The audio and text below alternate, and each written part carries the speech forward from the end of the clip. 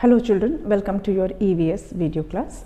Children, in EVS we are doing a revision, and in my previous video I have revised chapter 15 for you. I have given you 16 fill in the blanks. Children, we have to do some more revision in this chapter, but that will be question answers. So since question answers we are not doing now in revision, we are doing only fill in the blanks and one word answer. So we'll do that later on.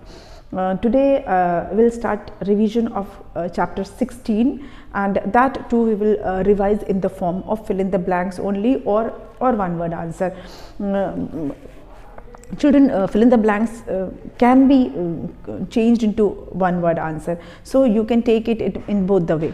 If it is one word answer, it can be asked in the form of fill in the blanks too, and if it is fill in the blanks, it can be asked in the form of one word answer also.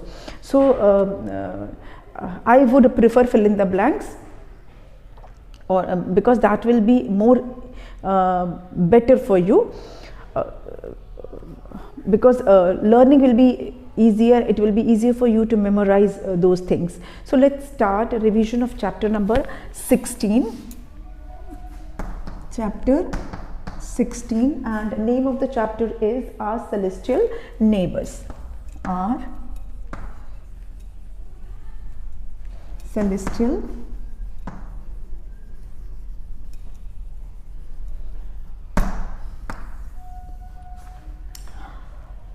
जब हम final revision करेंगे जिसमें कि question answers भी होगा, true false भी होगा, odd one out, जो प्रॉपर जो क्वेश्चन पेपर जो पैटर्न होता है उस फॉर्म में जब हम रिवाइज करेंगे तो हम मिक्स्ड चैप्टर रिवाइज करेंगे. तब हम इस तरह से चैप्टर वाइज नहीं चलेंगे. We will have a revision of mixed chapters. Okay, इसीलिए मैं अभी चैप्टर वाइज चल रही हूँ ताकि पूरा हम चैप्टर एक बार कवर कर लें. Then we can have revision in the form of paper pattern. चलिए, तो फर्स्ट क्वेश्चन जो ब्लैंक यहाँ पे होगा, फिल इन द ब्लैंक्स हम लिख रहे हैं. फिल इन द ब्लैंक्स, और इसमें हमारा नंबर 1 है यहाँ पर.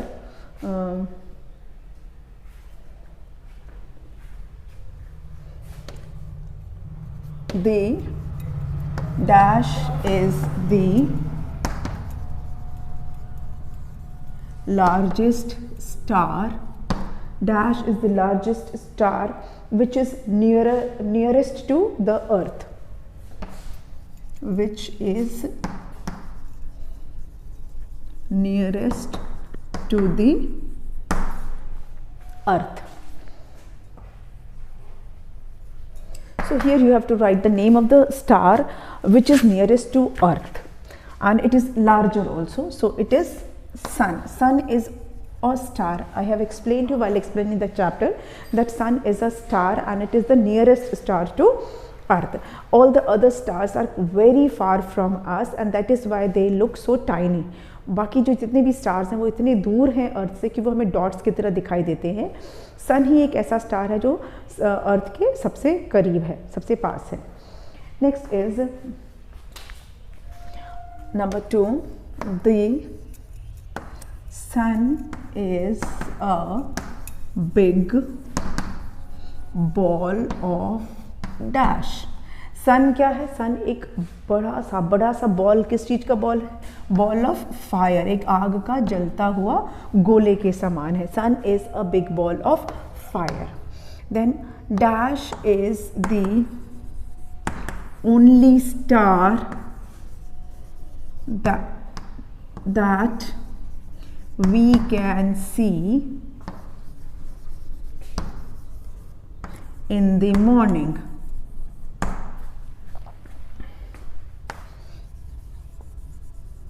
कौन सा ऐसा स्टार है, इकलौता ऐसा स्टार है जिसको कि हम दिन में देख सकते हैं. बाकी स्टार्स तो हमको रात में दिखाई देते हैं.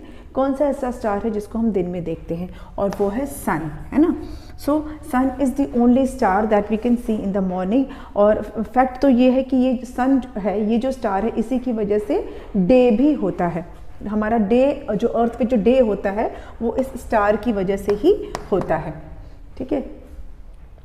Next is the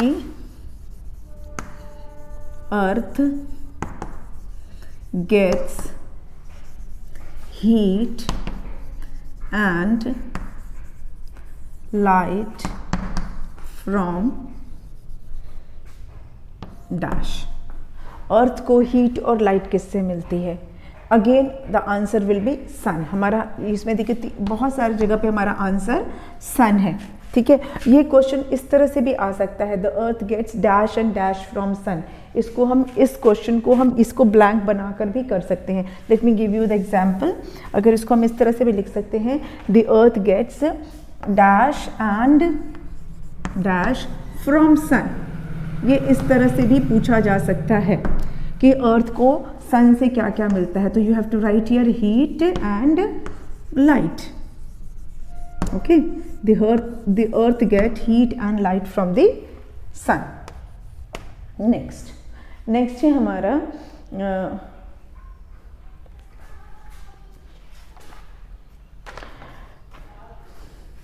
the dash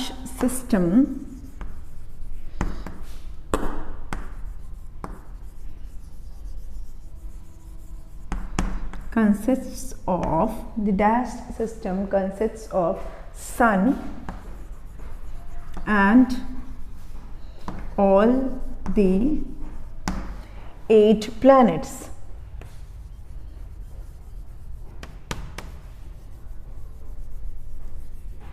okay, the dash system consist of sun and all planet. कौन सा सिस्टम ऐसा है जिसमें कि सन और 8 प्लैनेट्स आते हैं?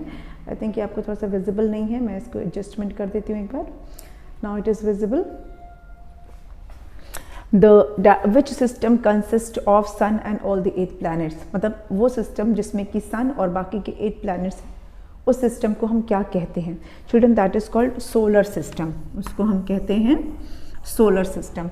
मतलब सन और 8 प्लैनेट्स मिला के बनता है solar system. Note down this, then we will do the other blanks. चलिए अब इसको इरेज कर दे रहे हैं।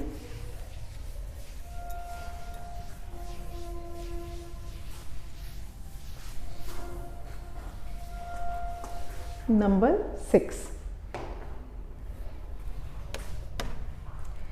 6 है और अर्थ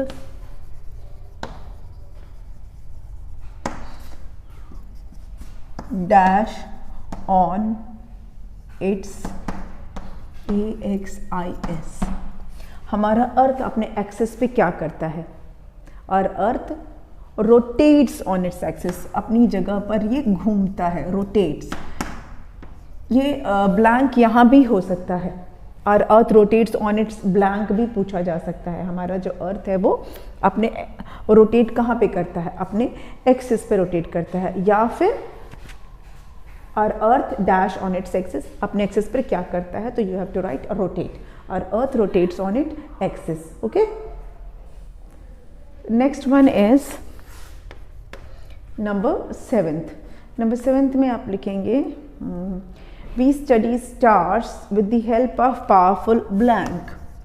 We study stars with the help of powerful blank। हम सॉरी, ये थोड़ा सा इसको सही कर दें, हिल जाता है कभी कभी। Okay,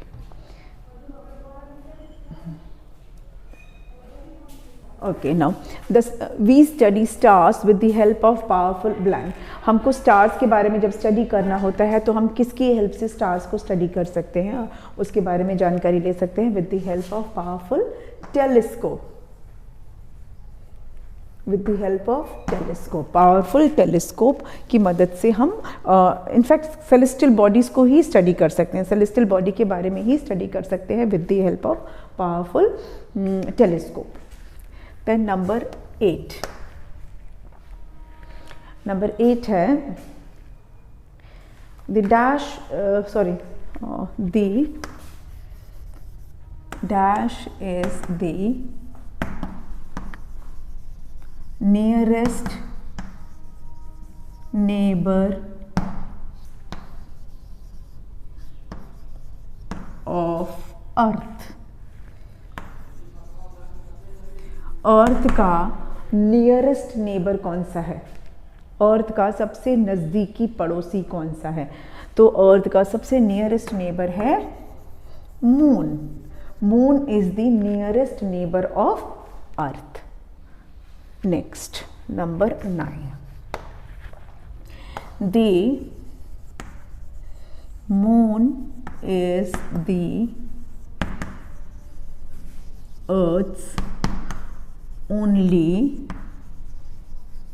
natural blank. अब ये जो मून है ये अर्थ का क्या है? ये अर्थ का नेचुरल सैटेलाइट है. सैटेलाइट के बारे में मैंने आपको बताया था. सैटेलाइट किसको बोलते हैं?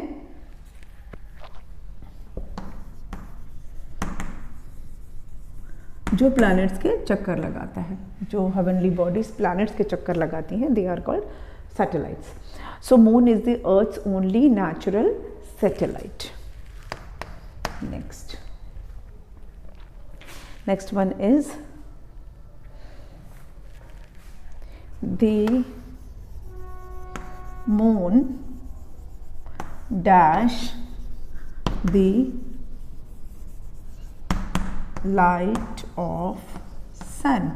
मून जो है वो सन की लाइट को क्या करता है? वो हमको चमकता हुआ दिखता है ना मून, तो वो क्या है? वो एक्चुअली में सन की लाइट को रिफ्लेक्ट करता है. The moon reflects, the moon reflects the light of the sun. Number 11. We see the dash of moon from the earth. हम अर्थ से मून का क्या देखते हैं? हम मून के जो अलग अलग शेप्स हमको दिखाई देते हैं, मून तो शेप नहीं चेंज करता पर हमको अर्थ से दिखाई देते हैं, उसको हम क्या कहते हैं? We call it phases. We see the phases of moon from the earth. Earth से हम मून के फेजेस देखते हैं. ओके, चलिए ये हो गया 11. नाउ विल डू सम मोर. इसको इरेज कर देते हैं अगर आपने नोट कर लिया है तो.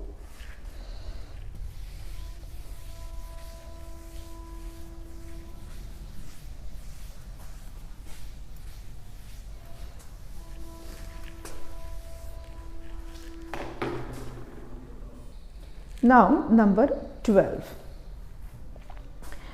12 है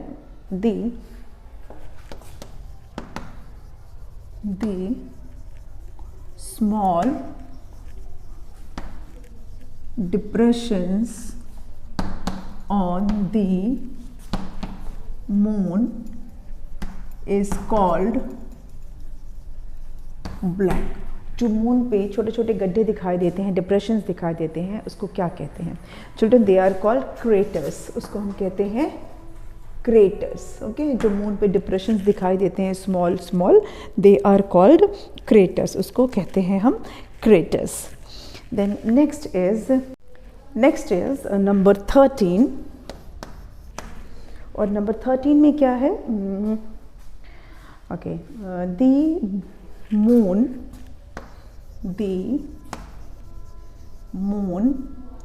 dash around the earth. Moon जो है वो अर्थ का क्या करता है? मतलब इट रिवॉल्व्स, उसके चारों तरफ चक्कर लगाता है. इसलिए तो सैटेलाइट है ना अर्थ का, because moon revolves around the earth and that is why it is called the satellite, natural satellite of the earth. Then we have the night.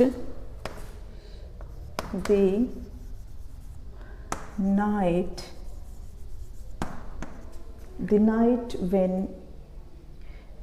we can see the night we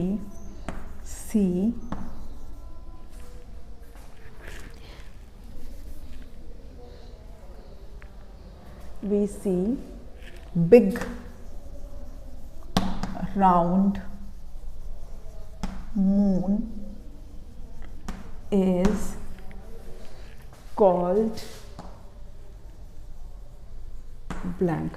जब रात को हम, जिस रात को हम बड़ा सा गोल मून देखते हैं, उस रात को हम क्या कहते हैं children? That is called full.